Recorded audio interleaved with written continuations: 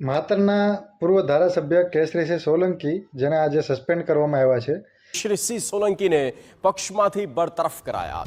Social મીડિયામાં post બાબતે suspend કરાયાની આશંકા. માતરના પૂર્વ ધારાસભ્ય કેસરીસિંહ સોલંકી અવારનવાર સોશિયલ મીડિયા પર ખેડા પોલીસ અને એ પોતે જ્યારે જુગાર રમતા અને દારૂ પીતા પકડાયા હતા 4 વર્ષ પહેલા.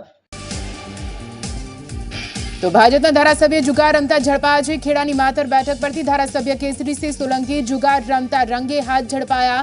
ધારાસભ્ય સાથે 7 મહિલાઓ સહિત 26 લોકો જુગાર અને દારૂની મહેફિલ માણતા હોવાનો પર્દાફાશ થયો છે.